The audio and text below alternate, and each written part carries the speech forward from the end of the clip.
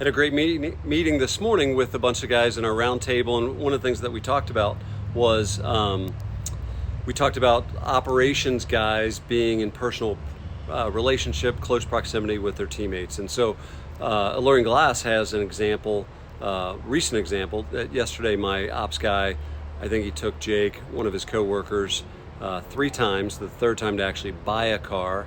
And prior to that, he took Kyron out to get his temps 2 occasions, and because Kyron failed the first time, and then took him out to learn how to drive, and then took him to the DMV to get his driver's license, and then we helped buy a car. So then David, my ops guy, took him to buy the car. I say that story because David's a great guy. He's my ops guy, but he's working with his teammates, like outside of, he's helping mentor, he's helping to serve, support coworkers outside of work.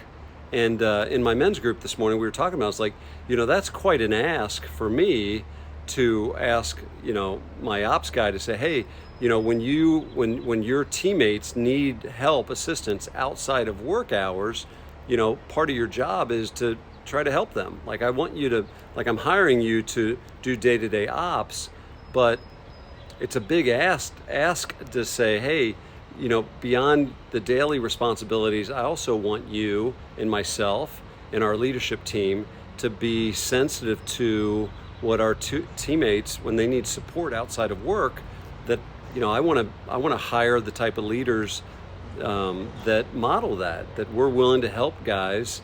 And so it was really interesting conversation, because not everybody at the table wants to lead the way that I'm leading, but I think that's one of the decisions that you got to make as an owner leader is, like, do you want to lead your business this way? Do you want to lead your ops guy, your managers this way?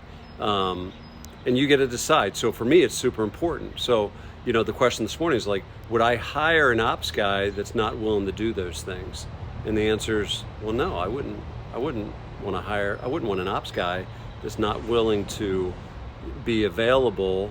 That's where it gets certainly messy, right? It's like, not every day, not all the time, but this year so far, so we're right in the 5th month of the year, and David's helped 2 guys get cars. So, I don't have that many young guys that need cars, but when they do, I want to make sure that myself or one of the guys on my leadership team are helping if needed. So anyway, that's a convoluted message, and it's a convoluted issue. I think, it's super messy when you try to get in close proximity of your teammates beyond just the, in our case, 7:30 to 4, then it's messy. Yes, it's messy.